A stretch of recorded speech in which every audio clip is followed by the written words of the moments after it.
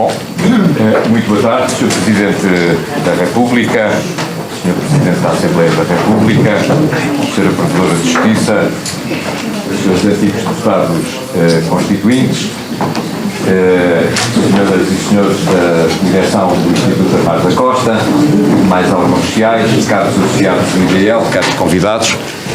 É uma honra para nós, senhores professores, que nos deram a honra de participar e de escrever neste número da Democracia e Liberdade. É uma honra para nós termos aqui esta sessão que jamais esqueceremos, com o Sr. Presidente da República, o Sr. Presidente da Assembleia da República, a Sra. Provedora de Justiça, os Srs. ex-deputados constituintes e todos os demais, e não vieram aqui para me ouvir, mas só dar-lhes um testemunho. Nós procuramos honrar o legado do engenheiro Adelino Amar da Costa quando entendeu fundar este Instituto em 1975, aliás, na companhia do Dr. Basílio Horta, também outro fundador do Instituto, e procuramos, fiéis a um princípio, contrário a uma lógica que hoje existe, em que nos lembramos apenas daquilo que aconteceu 5 minutos antes e apenas pensamos no que vai suceder 5 minutos depois, e nós quisemos honrar um legado da Assembleia Constituinte, independentemente das nossas opiniões editoriais sobre aquilo que se passou na Assembleia Constituinte, não poderíamos deixar de fazer uma referência àquilo que há 50 anos aconteceu, independentemente das posições que cada partido entendeu à época tomar na votação do texto final de 2 de abril de 1976. E nesse sentido decidimos dedicar a revista do IDL aos 50 anos da Assembleia Constituinte, convidando antigos deputados constituintes a escreverem, de todos os partidos, a escreverem sobre a Assembleia Constituinte, e tivemos a honra de convidar também, para além do Sr. Presidente da República, que faz o editorial, o Sr. Professor Jorge Miranda e o Sr. Professor Vital Moreira, que vem de Coimbra e pediu imensa desculpa porque está ligeiramente atrasado, e tivemos uma conversa gravada com o Professor Jorge Miranda e o Sr. Professor Vital Moreira, que transcrevemos na revista. A segunda parte é dedicada a uma reflexão sobre o que é que resta, se é que resta ainda alguma coisa da herança da Assembleia Constituinte no atual texto da Constituição, e temos textos extraordinários também da Sra. Provedora de Justiça e de outros ilustres académicos que se têm ocupado sobre esta temática. Para concluir, para passar a palavra ao Sr. Presidente da República, dizer que há senhores deputados que não puderam estar presentes, é o caso do Dr. Francisco Pinto Balsemão, e que se faz representar pelo Sr. Dr. Albérico Fernandes, mas que fez menção de enviar uma mensagem de congratulação pelo ato que aqui hoje estamos a realizar. E sem mais demoras, Sr. Presidente da República, bem-vindo a esta sua casa, é uma honra para nós. Muito obrigado.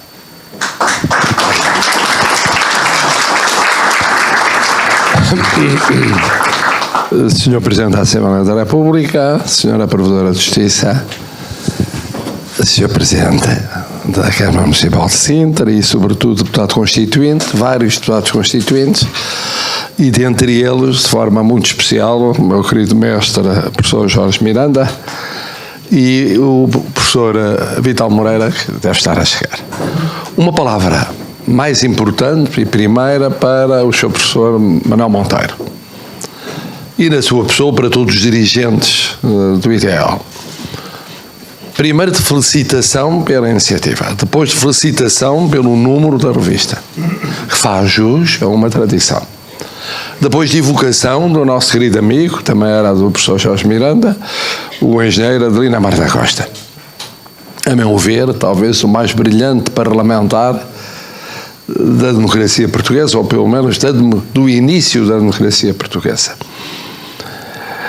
E ao mesmo tempo uma recordação das vezes, não aqui, mas noutra sede, em que participei em atividades do IDL. Está ali o Dr. José Ribeiro Castro, que recorda também,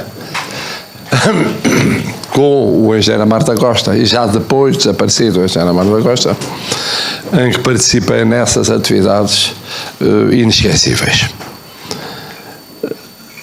Sobre a Assembleia Constituinte, cabe-me a mim, porque o interessante é ouvir os dois grandes constituintes que foram e 2 grandes professores de Direito Constitucional foram e são, mas foram constituintes, o professor Jorge Miranda e o professor Vital Moreira. Eu, na altura, estava longe de pensar sequer dedicar-me ao Direito Constitucional. Ensinava no domínio da economia e das finanças. E a primeira observação que me ocorre é a seguinte, que é factual, mas é importante para os mais jovens.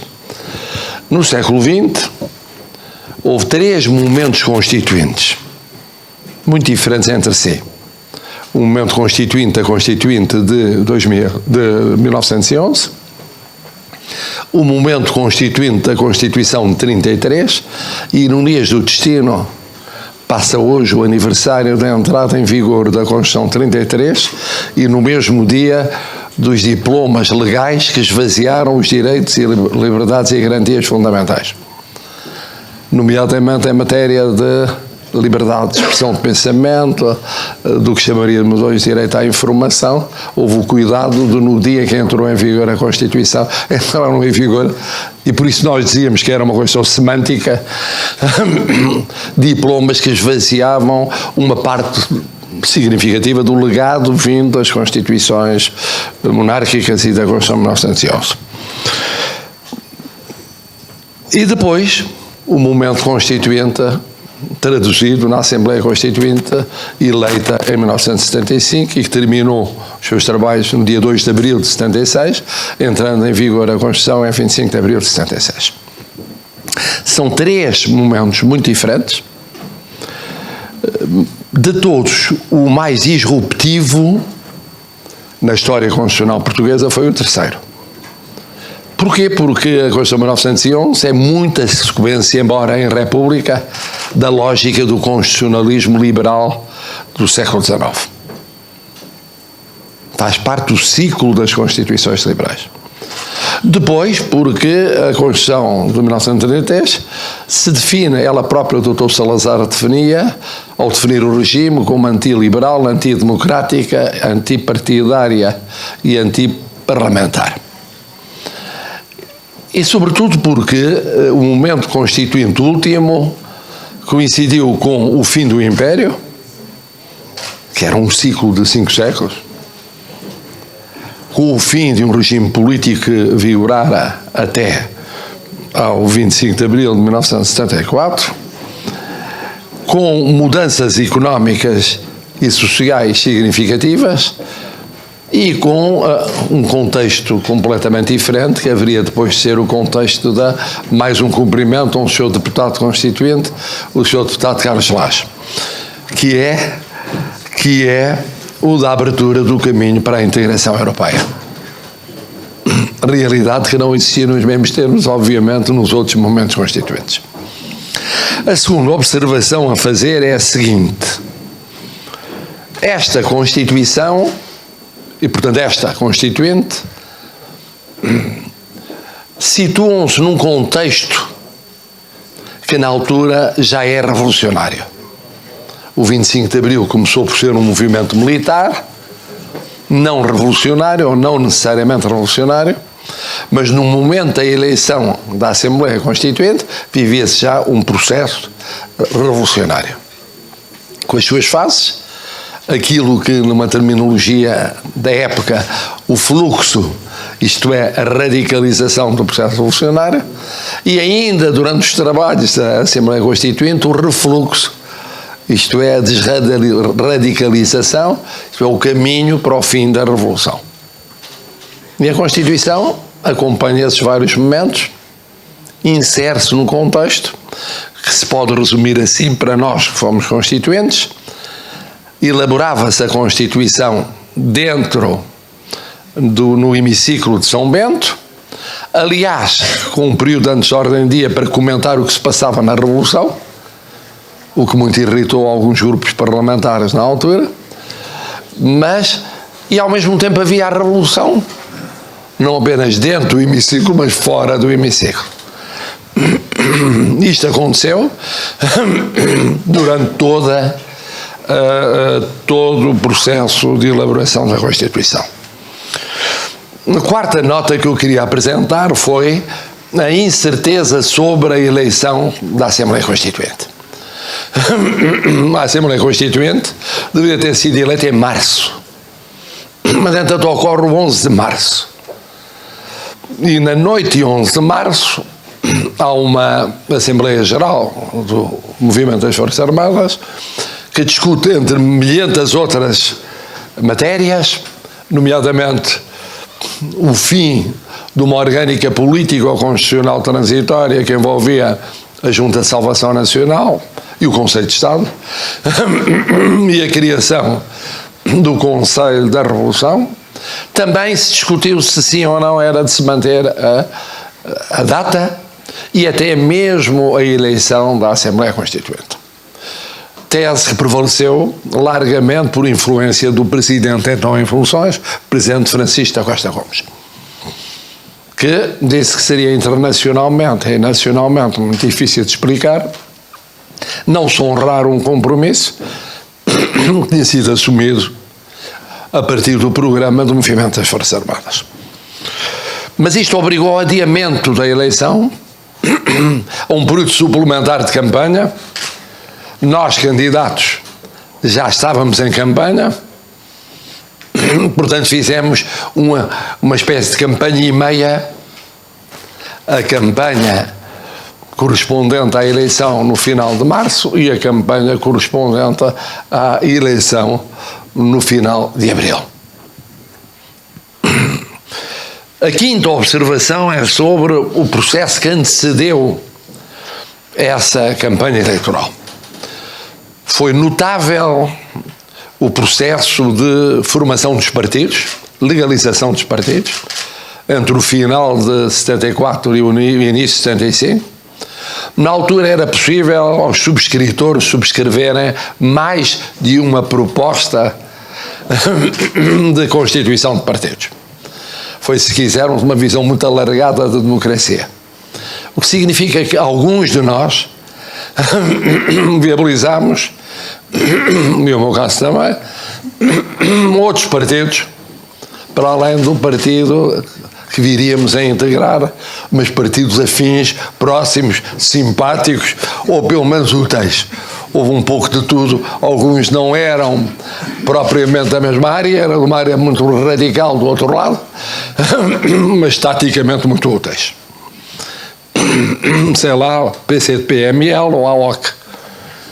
Outros não, o PPM, o CDS, o Partido Socialista, claro. Bom, foi um processo rápido e muito eficiente. Como foi rápido e eficiente o recenseamento? Era a primeira vez que se fazia um recenseamento a sério em Portugal. O Expresso, lembro-me, no primeiro número, na sua primeira edição, em 1973, 6 de janeiro de 73, apresentava a primeira sondagem publicada em Portugal da Norma sobre quem é que vota em Portugal. E chegava-se à conclusão, está a chegar o professor Vital Moreira, que eu saúdo novamente, mas não está a ouvir. Saúdo vivamente o professor Vital Moreira mais uma vez. Super Presidente, completo. Mais uma vez. Ora bom, estava eu a dizer, aproximando-me do fim, que o Expresso, na primeira edição, em 73, segundo os resultados da sondagem da Norma, concluía-se que o universo eleitoral em Portugal pouco ultrapassava, isto é, dos licenciados, 1 milhão de portugueses, dos quais votava uma minoria insignificante. Mesmo a eleição de 69, a eleição entre aspas, que foi a mais participada, mais do que 73, verdadeiramente mostrou que não havia qualquer correspondência entre a realidade sociopolítica portuguesa e socioeleitoral e aquilo que era o universo dos teoricamente aptos ao exercício do voto. Uma outra observação que eu queria fazer, e calha muito bem na presença dos deputados constituintes, é o nível excepcional da composição da Assembleia Constituinte. Sem desprimor para a Assembleia da República, logo a seguir, por uma coincidência que tem a ver com, primeiro, a juventude da Assembleia. Havia muitos jovens acabados de se formar ou ainda em tarefas académicas iniciais. Havia muitos profissionais liberais ou funcionários públicos muito jovens, mas havia muitos nomes consagrados em todas as bancadas. E o nível foi verdadeiramente excepcional. Basta recordar, por exemplo, na bancada do CDS, o professor Freitas João Amaral, o engenheiro Marta Costa, o Dr. Basílio Horta, o futuro presidente da Gulbenkian, o Dr. Vital Sá Machado, o futuro presidente da Assembleia da República, Oliveira Dias, só assim exemplos. Na do PPD, professor Mota Pinto, professor Barbosa de Melo, professor Jorge Miranda, professor Alfredo Sousa, professor Mário Pinto. Estou a dizer assim de cor alguns dos exemplos impressivos. Professor Joaquim Lourenço, professor de Agronomia. E poderiam ocorrer muitos. Agora não estou a ser injusto, provavelmente, porque esqueço outras figuras, grandes figuras, como o Dr. Olívio França, da Resistência antissalazarista, o Dr. Sá Carneiro passou por lá ao de leve, mas nunca teve assento. O que é que havia mais? Bom, mas no Partido Socialista, Dr. Mário Soares ainda votou a Constituição, sendo membro do governo numa parte do funcionamento da Constituição, votou a Constituição. O Sofia Mel Braina fazia os seus poemas serenamente lá a meio do hemiciclo, como que distante do mundo.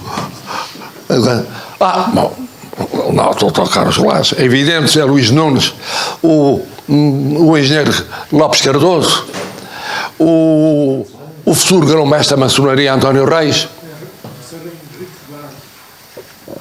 Depois, é evidente, logo na mesa da presidência, o professor Henrique de Barros, o Dr. Francisco Pinto Balsemão, o vice-presidente, que era vice-presidente mais, agora não me ocorre mais. Bem, isto para dizer, de facto, e poderia multiplicar os exemplos, os dois bacelares, o do PS e o do PPD, então se for chegar ao norte, era. Depois, no Partido Comunista Português, o professor Vital Moreira, o Dr. Carlos Brito, o Lopes de Almeida, o Dr. Lopes de Almeida.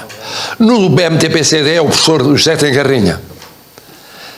Ou seja, houve uma coincidência no tempo de paixão, empenhamento cívico e disponibilidade e idade, porque a média era uma média de idade muito baixa, porventura a mais baixa em termos de composição parlamentar, que permitiu uma outra característica que eu queria aqui também referir, que foi a densidade ideológica do período que se vivia.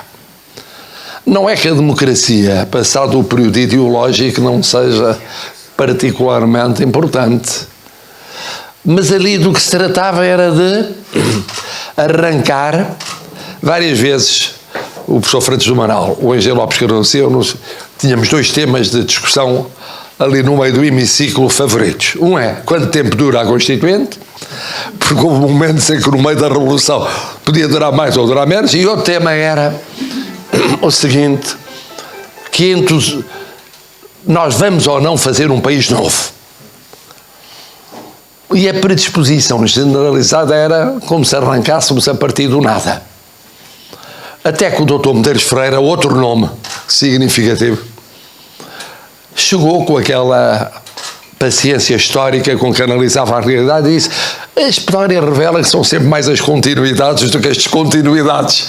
E foi um balde de água fria imenso, porque verdadeiramente o período ideológico, o que era apaixonante, a cada partido tinha o seu projeto, e depois havia uma defesa com uma latitude ilimitada dentro dos vários partidos.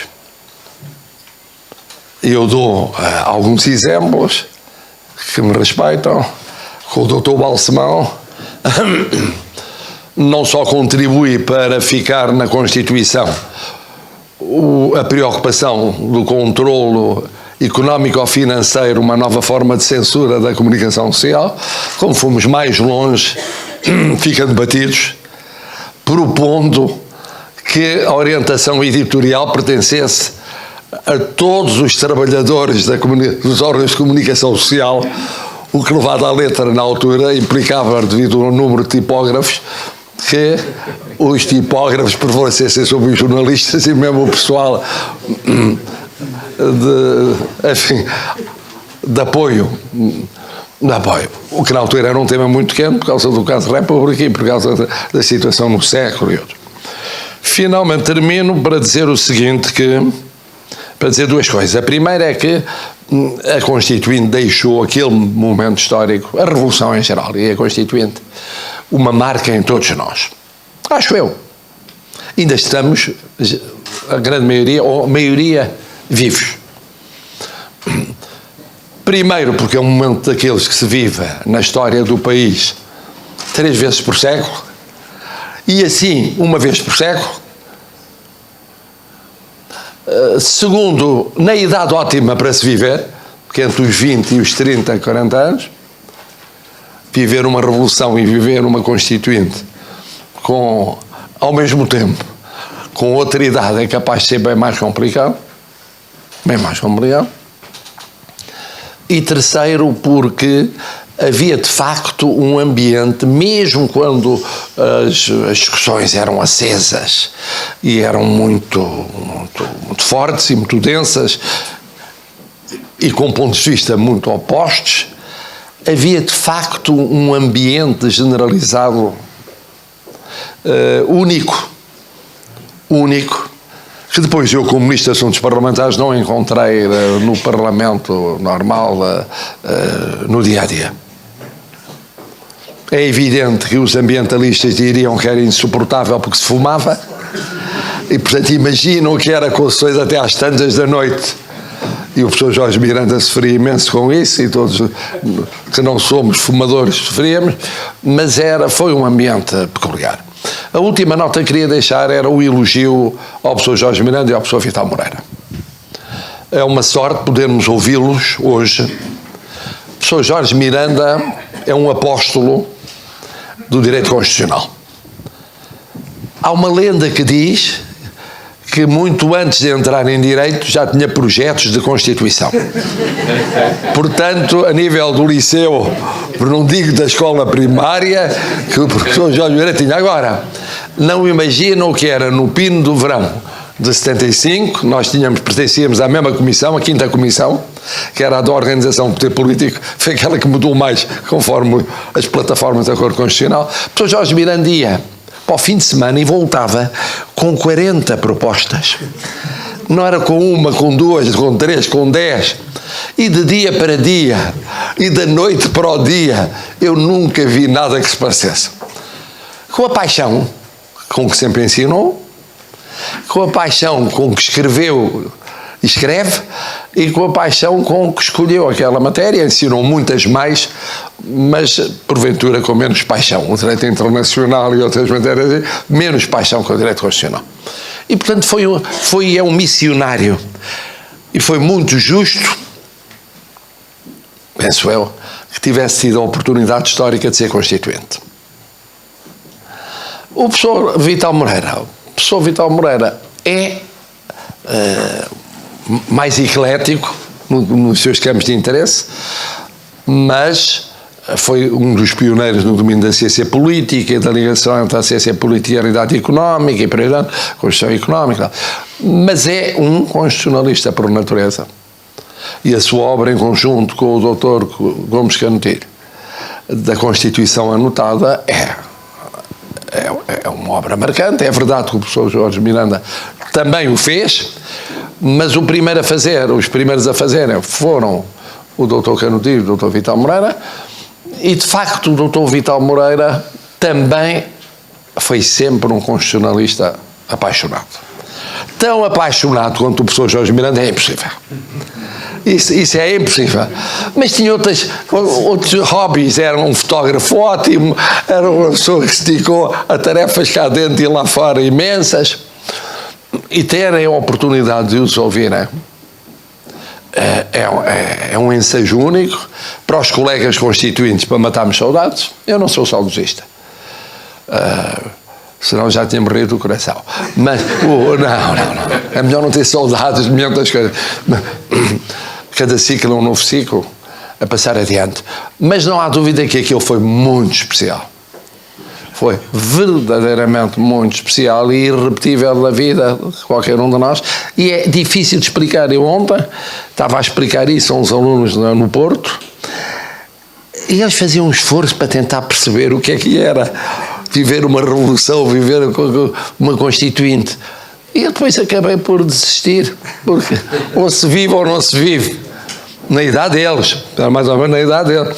Eles olhavam para mim e diziam, como que diz, metade disto não existiu, e a outra metade é uma ficção, isto é uma reconstrução.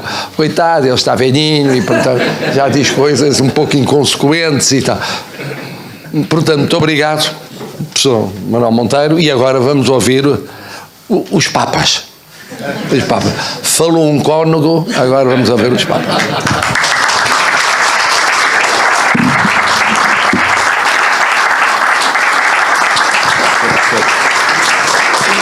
Agora o professor e depois falamos do Vital.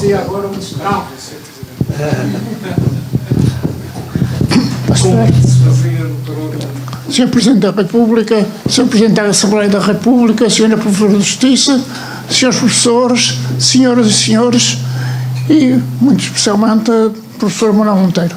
Quero agradecer este convite para vir aqui.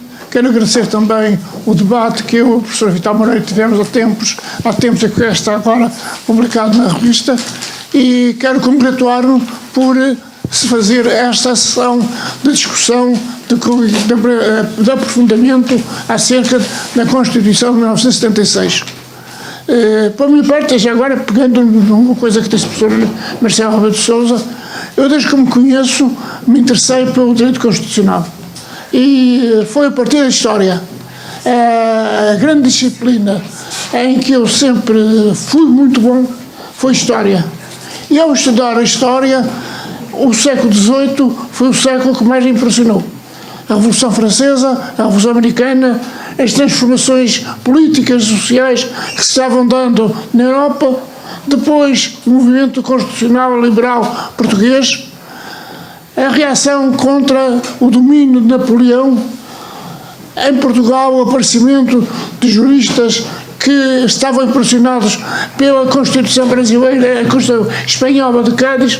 Eu sempre, desde muito pequeno, muito jovem, desde a minha adolescência, posso dizer, desde que comecei a estudar História, não apenas nacional, mas multinacional, me interessei pelo direito constitucional. E lembro-me de que cheguei a fazer projetos de Constituição ainda no tempo do liceu. Infelizmente e estupidamente, eu fui, à medida que fazia um novo e que considerava melhor, ia rasgando o anterior. Tenho imensa pena ter perdido isso, que não encontro. Mas acabaria por fazer, já em 1975, um projeto de Constituição em Braga. E também, ainda em 74, quando foi fundado o PPD, e quando me disseram que ia haver uma reunião da chamada ala liberal para discutir o problema da revisão constitucional, a revisão constitucional que estava então em curso, ou melhor, que se pretendia que viesse a ser feita, eu nessa altura também levei um projeto de Constituição que entreguei ao Dr. Sá Carneiro. Portanto, a minha vida está muito centrada no direito constitucional. sempre centrada. E ainda andando no liceu, com 2 ou 3 colegas, fundei uma academia de Direito Constitucional em que íamos estudando o Direito Constitucional comparado em vários países. Não só em Portugal, mas também em outros países. Portanto, a minha vida está concentrada no Direito Constitucional. E, naturalmente, quando em 1975 ia haver eleições para a Assembleia Constituinte, eu não podia deixar de ser candidato. E fui candidato pelo Círculo Eleitoral de Braga, onde, aliás, o PPD teve uma grande vitória e, ainda em Braga, também redigi outro projeto de Constituição, que está publicado, aliás. Entrei na Assembleia Constituinte com grande alegria. E devo dizer, permitam-me que diga, ainda algo anterior à abertura da Assembleia Constituinte, que foi a realização das eleições constituintes de 25 de abril de 1975.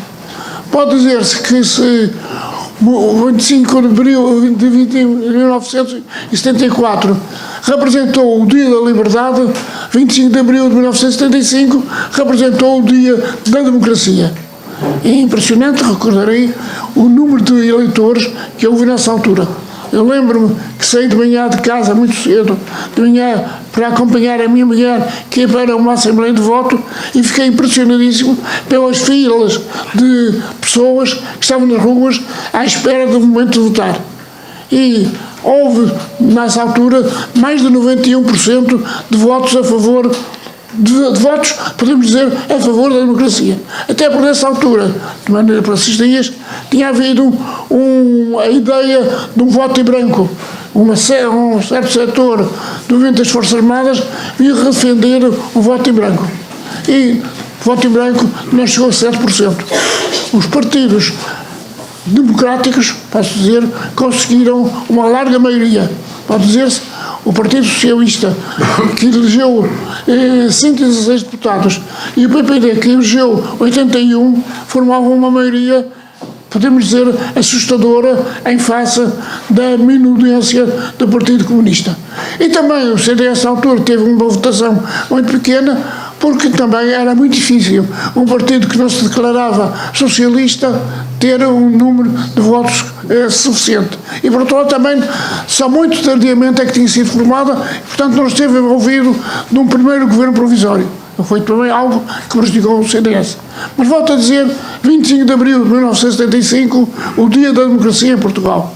E há um trecho do diário de Miguel Torga em que ele se refere precisamente a isso. Eu sugiro que leiam do diário de Miguel Torga o que ele diz a respeito das eleições de 25 de abril de 1975.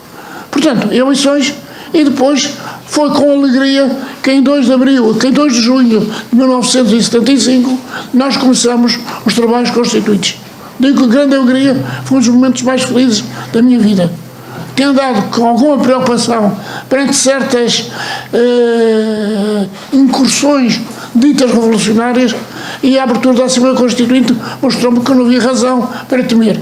E, efetivamente, a Assembleia Constituinte, durante todo o período de elaboração da Constituição, mesmo nos momentos mais difíceis, não foram os chamado verão escaldante, a Assembleia Constituinte esteve em posição firme. Mesmo quando houve o sequestro de 12 para 13 de novembro de 1975, os deputados constituintes não se renderam. E lembro que uma grande parte dos deputados destes partidos, PPD, PS e CDS, foram para o Porto